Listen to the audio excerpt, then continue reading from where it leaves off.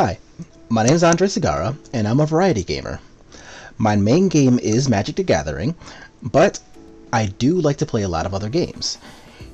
If you do know me from Magic, you probably recognize me as that Spirits player, or just from around the Star City Games tournament series.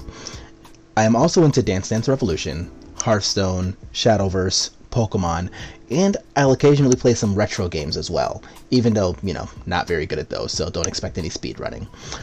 I do like to learn other games as well, like League of Legends, Call of Duty, or whatever else I feel like playing that day. So, thank you so much, and if you do like what you see, make sure to like, share, and subscribe so that you can be aware of all of my videos. Thanks for watching, and I hope you have a great day. So welcome to another Spirits video. This is Andre, of course, and today we're going to be looking at Pioneer. So we took a list that's very similar to this one to a prelim, and we did come out with a 4-1 result, which, while not fantastic, is definitely respectable, and of course it got us the 40 qualifying points for the MOCS tournament series whenever that shows up. So this is not the exact list that we played over the course of the week. And new additions are 3 copies of Jawari Disruption, and a 3rd copy of Isolate, where I was playing 2, and 2 copies of Surge of Righteousness, which I don't know whether these are really good or not, but I don't know. I looked at the metagame list. There's a lot of the Mono-Black deck, and there's a lot of things that just feature miscellaneous red creatures. So I think this is going to be a thing that I want to continue to play, but we'll see over the next few weeks how I like it. Everything else is pretty normal, though. So we've got 8 1-drops, Self of Spirits, Loft Denials, a bunch of really good 2-drops, and then a couple of good 3-drops. So our curve is still really low to the ground, especially considering Watcher of the Spheres. And we've got 21 real lands, and you'll notice, no Port Towns. We did play Port Towns in the event that we're about to watch, but to be completely honest, I've always hated that card, and it was pretty trash over the course of these games as well. So I will be very happy to cut that card, and 21 real lands plus 3 copies of Jawari Disruption equals 25 lands total. I'm sorry, 24 lands total. So I think that's gonna be, a really, really respectable amount of lands to actually play our cards, while having a okay spell in here. I considered playing Glasspool Mimic, and that might end up just being the wave afterwards, but without a what is that card? Without Drogskull Captain being a thing to copy with Glasspool Mimic, I think having the additional counterspell is probably more worth the space. We'll see over the next coming weeks, but that at least is the reasoning. And now that we know what we're playing in this version of the deck, and we'll end up seeing how it's different from what I actually did play, let's go over our matches. Alright, so we got round 1. We did lose a die roll, but look at this mess. So this is actually exactly what I mean when I was talking about the Port Town earlier. So here we have Glacial Fortress, which really would be fine with just about any other land, except the only other land here is a Port Town. So unless we draw an island or a plains, this hand does not guarantee that we play Magic until at least turn 3 on the draw. But this is probably still, with 2 Watch of the Spheres, better than taking a mulligan, so we are going to keep this, but we are really sad about it. Okay, so we actually just kind of got our butt saved by our opponent here, because they kept a hand with Stomping Ground, and usually a hand with Stomping Ground indicates that they're going to be playing some like Burning Tree shenanigans, so having this and no Mana Dork on turn 1 is a really big tell for us. So we might actually end up being okay here. Maybe less okay. So that's not so good. Oh, okay, sweet. So having Burning Tree also with no follow-up is actually pretty absurd for us. So we should have been very, very dead. But our opponent just played a bunch of hot nothing, so I guess we'll end up being okay for that. And yeah, no 3rd land to play the Bone Crusher Giant either, so now they're going to just like try to attack us. But now that we have Watcher of the Spheres and got to cheat on mana a little bit, our draws are so much better than really anything they have available. And yeah, so now we have the 2-mana Spell Queller to just kind of get rid of this Rabble Master, and they're going to pack it up here because really there's not anything they can do, and if we draw a Lord, that's just a handshake. So let's move on to game 2.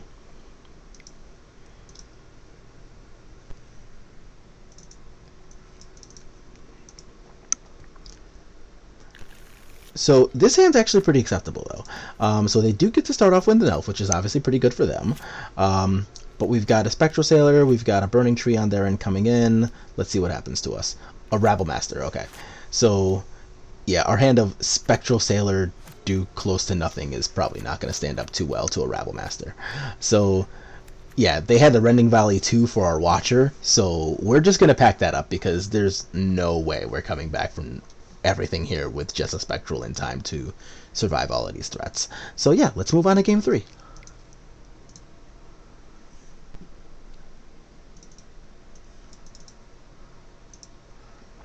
And we get to be on the play with a pretty acceptable hand. We've got Island, Island, Fountain, Sailors, a Lord, and an Aether Gust. I like what we see here.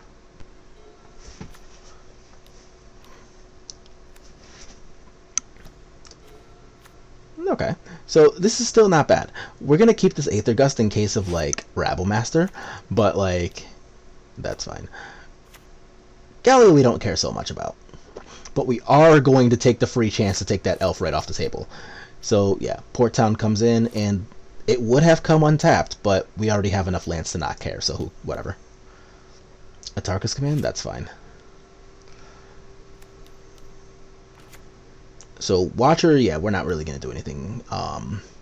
Here, we're not going to press any unnecessary buttons. We'll just play the Supreme Phantom and let that rock. If they kill this, then so what? We have to spend mana on our cards. We'll take another 6. That's fine. We'll go to 6.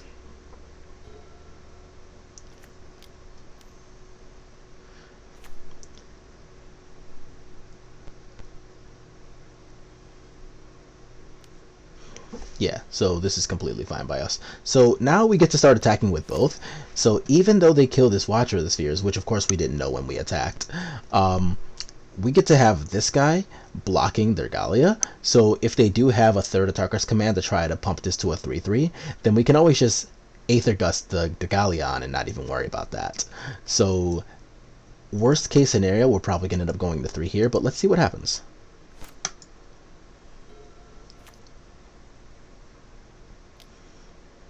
Yeah, so we're going to block. They're just... Okay, so that's just a blind attack on their end. So they're probably just holding something that, lucky for us, doesn't really mean too much. So now we don't know whether they're doing the same thing or trying to do something else, so let's see. Yeah, so now we're going to go ahead and just Gust because they're casting the Bone Crusher as a creature, which is actually really smart of them because they can probably assume that we have the Rattle Chains, which of course we know that we do, but you know, they don't know that for a fact. And here we get to both protect our Lord from this, and we get to settle the wreckage, so this is just a really, really good look for us overall.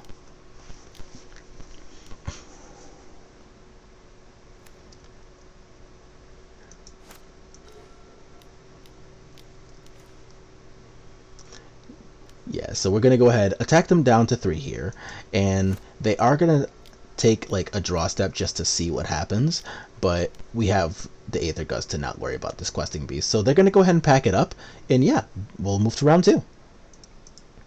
Alright, so we got round 1, and we're moving into round 2, and our hand here is actually pretty decent. So we got a couple of 1-drops, we're against Mono-Black, which, to be honest, I've never really been scared of Mono-Black as spirits. It can get under us, I guess, and attack with all of these 2/1s, but realistically, as soon as we get a Lord and mana for our Rattle Chains, we don't really care. Yeah, so here things are all fine. Nebelgast Herald is really good against the entire top half of their deck, and if they point a removal spell at it, then that's not necessarily the end of the world. Yeah, like this is nice. We get a Supreme Phantom and the mana to hold up Lofty Denial, so now they can't even attack us anymore. If they play their Lifelinker or something else, we have a counter. Like that. That is certainly a thing that's worth countering. But even Rankle isn't that bad for us, because like our whole deck flies, so this attacking and getting through isn't super realistic all the time for them.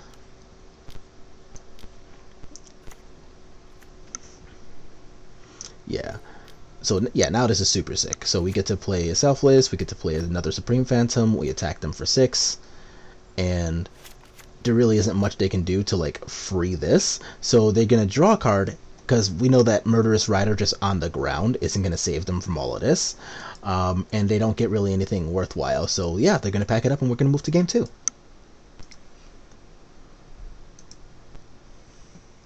So in game 2 also, we were not playing the Surge of Righteousness for this game, but we do have both Isolate and Settle the Wreckage, so those could be really good tools. And speaking of which, we actually draw an Isolate here.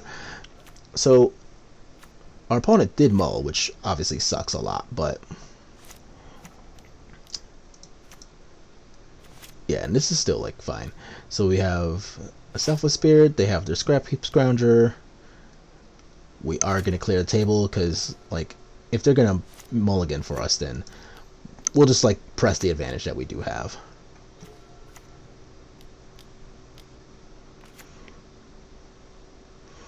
Alright, so let's go ahead and get to attacking. So we're not going to do anything about that. That's fine.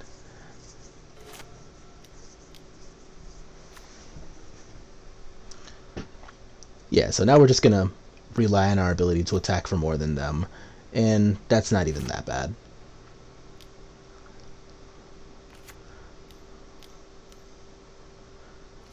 That is.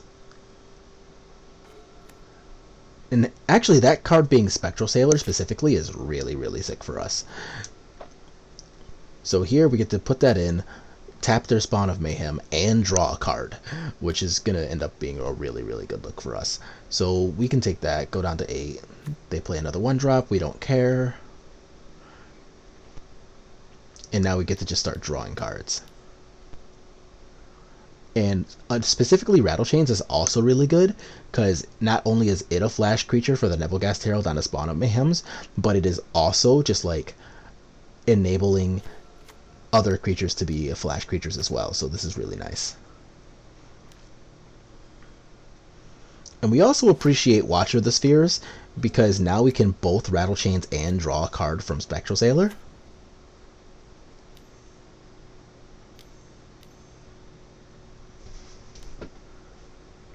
That's fine, so let's see what they draw.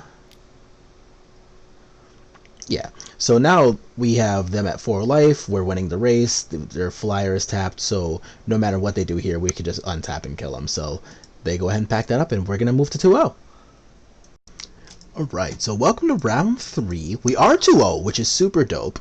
However, we're still not very good at winning die rolls, but okay, so a tryout means we're probably in for some Wilderness Reclamation BS, but our hand is pretty good. All we really want here is like a 3rd land to keep the shenanigans going, so let's see what happens. A Fabled Passage. Oh, sick. So their hand's even slower. Nice. We take those, especially since we actually got the 3rd land too, so this is so far a pretty good look. And honestly, since we have 2 attackers, even Teferi, not that bad. That's fine, because we at least have the Spectral Sailor, so we can still like keep the beats going. And actually having specifically Rattle Chains too is really good, because if they're just going to be playing like blanks, then this is fine. Okay, good, so more lands to keep it going. These are the things we like. Oh, mistakes. Okay, let's pause. So I understand that we have Rattle Chains into Selfless Spirit available, but like that tells our opponent that we probably have another Selfless Spirit. What we should have done, or that we have Rattle Chains, what we should have done is probably just played the Selfless Spirit here, and then held up Lofty Denial. That way we can play to their things like, say, Supreme Verdict or whatever else they have, with the Selfless Spirit being already in play, and not tell them we have Rattle Chains, even though we're holding up Lofty Denial here. So I think that was a little bit of a mistake, not pressing our advantage that we had going on here. Let's continue. But they're just going to cast the Orion, so we don't really care about that. Alright, so now this is all good anyway. Yeah, so they're going to go ahead and pack this up here because there's really nothing they can do. They're not technically dead, though. What is it? 3, 6, 7, 8, 9, 10, 11. Oh, no, we had another spirit, so that's 12. Never mind. But still, GG's, and let's move to game 2.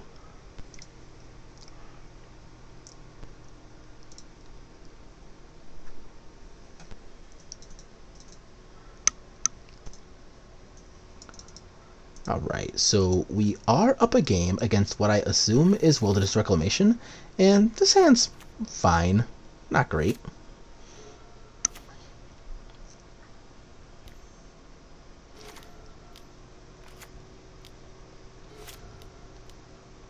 A Cultivate. Annoying, but fine, actually. Like, we can beat that. So we'll go ahead and make them take 4 here. We are holding up the Lofty Denial, which is a really good look for us, because we really don't want to face that down. But here we are just going to go ahead, jam this guy, make them take 8 to the dome, and now they have to be able to kill our whole team through a Selfless Spirit and hope we don't really have anything else, which, as we know, we do. So that's going to be a relatively easy 2-0. So now we move to 3-0, and we only need to win one of our next 2 rounds to guarantee our 40 qualifying points. So yeah, so far so good. Alright, so we in round 4, and once again, look at this, look at this, look at this, look at this. Glacial Fortress, Port Town. Glacial Fortress, Port Town. Ugh.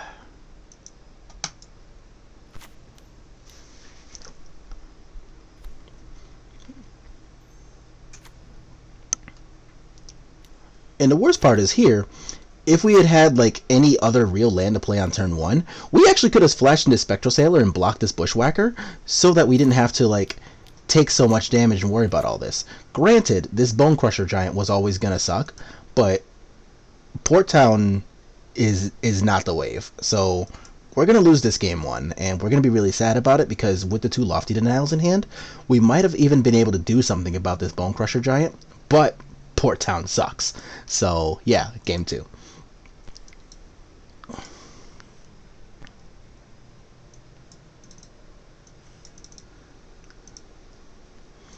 Alright, so we're going to go ahead and play first here, and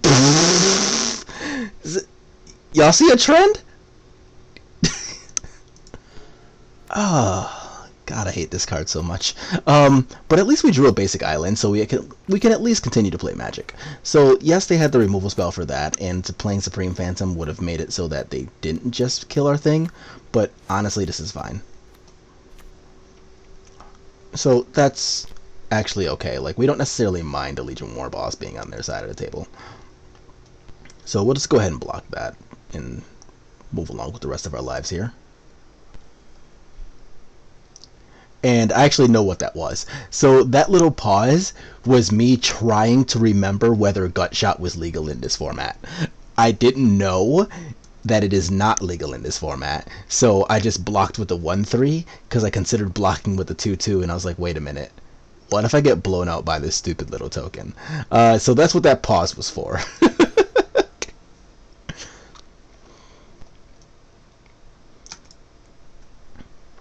And this might actually be the moment where I was on my other screen looking up Gutshot to see if it was legal or not. So yeah, feel free to make fun. But now we're going to go ahead and take some lovely damage to them. And even though they have a Legion War Boss with Nebelgast and Rattle Chains up, we're still pretty satisfied here.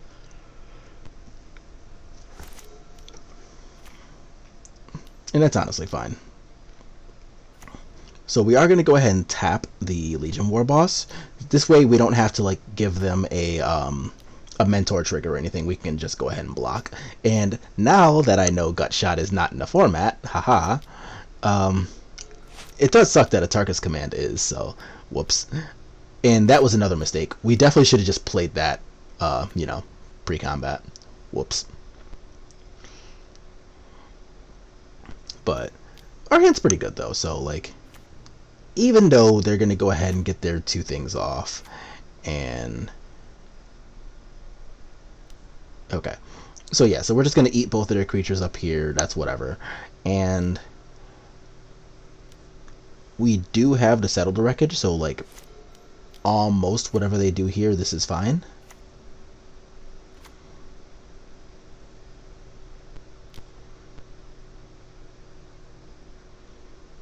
Alright, you can have all of your silly abilities, that's okay. And the reason we played the Selfless Spirit here is because either way we're not dying from 17, and if we're not going to die from 17, then there's no reason to show them that we have settled wreckage for game 3. So we're going to continue to keep this information from them, and yeah, let's move into game 3.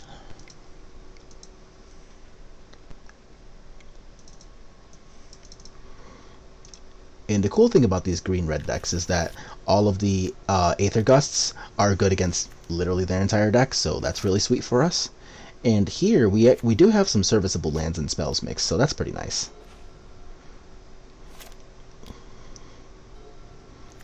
Boo! Alright, we tried it.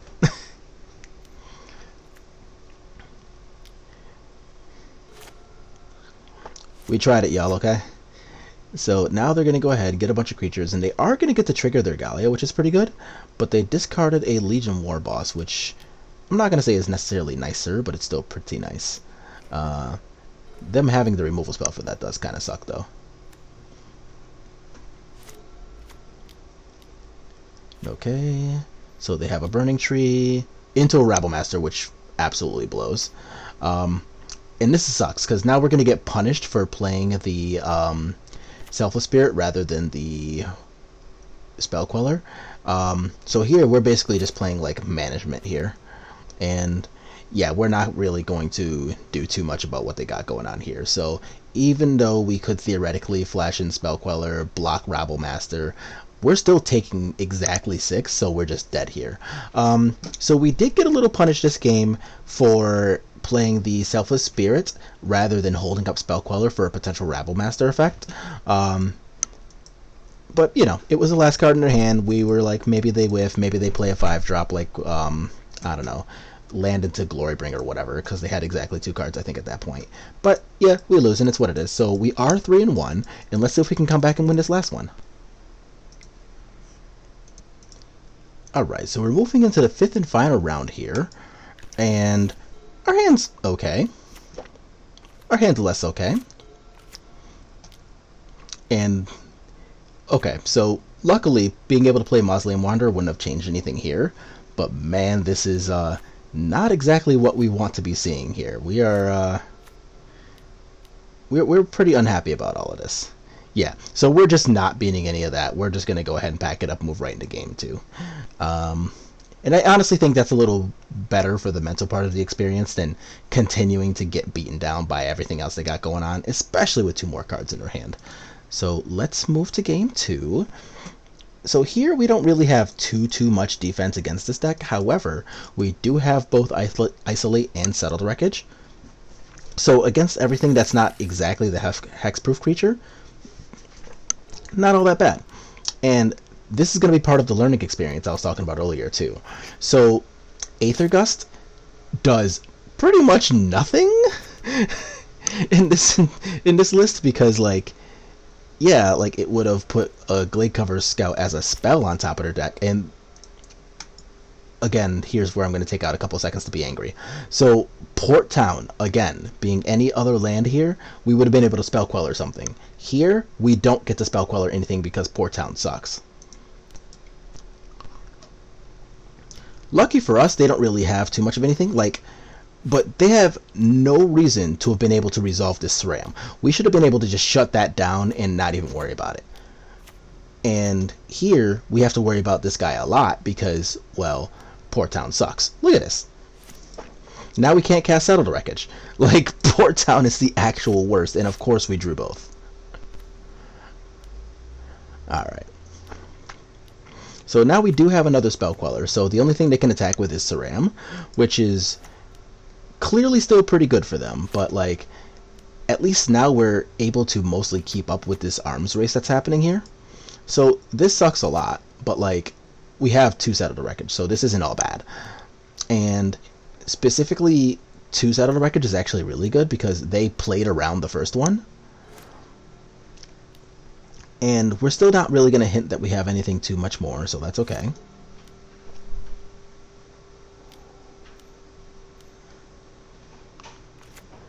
So here we're at least going to keep the vigilance out of things.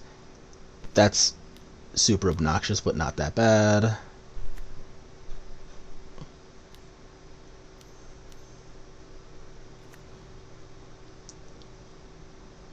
Yeah, like this is fine. We'll just go ahead and take our 3. And now we know that we have our settled wreckage number 2 here. So if they do try to just kill us here, then, well, that's going to look really good for us. And they even sacrificed their thing preemptively to make sure we couldn't block it. So now we've got a really good look here.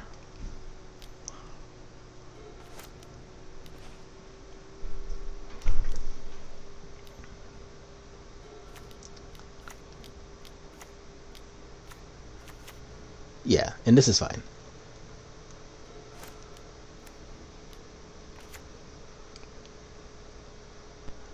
So here we just got a bunch of available attackers. They have to have a lot kind of go right for them in order to get past this next turn. So we're going to, of course, keep our spell quellers. They don't get enough on the defense here, so we are going to go ahead and win this game. So now let's move to game 3, and we do learn that Aether Gust, you know, is pretty bad here, so I think we put it back in.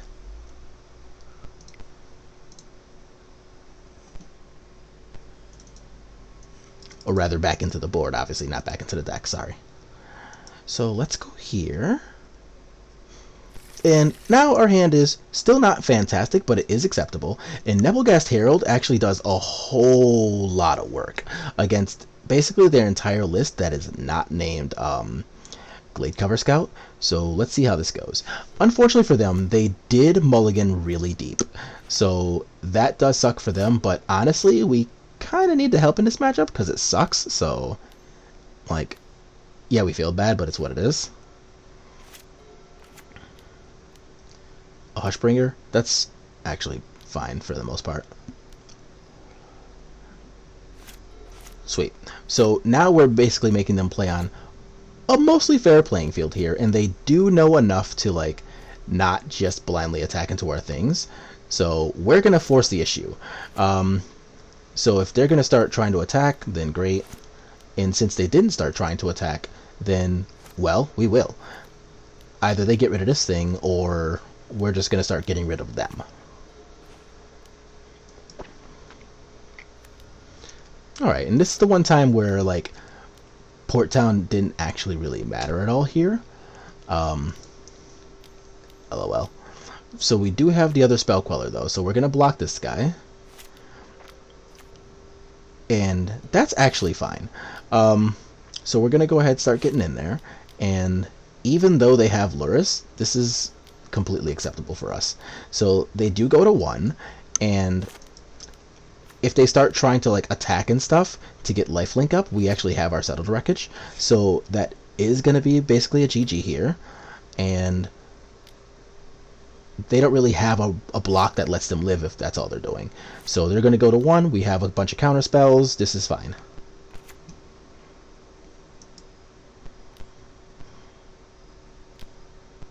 Yeah, so we are going to stop them from being able to block our flyers. But yeah, we see that it did take them mulliganing down really deep. So we did get ultra lucky to get this win against a relatively hard matchup. But, well, we take those. And that's going to be a 4-1 result. So good job to us. And yeah, feel free to make fun of my plays in the comments or anything like that, because I'm sure I made some mistakes. The biggest one is probably putting Port Town in this deck at all, which has since been remedied. And we put in the copies of Aether Gust in the game 2 of this match, in a matchup where it honestly just didn't really do too much at all. So all of this is going to be part of a learning experience, but I do thank you for watching, and I'll see you on the next one.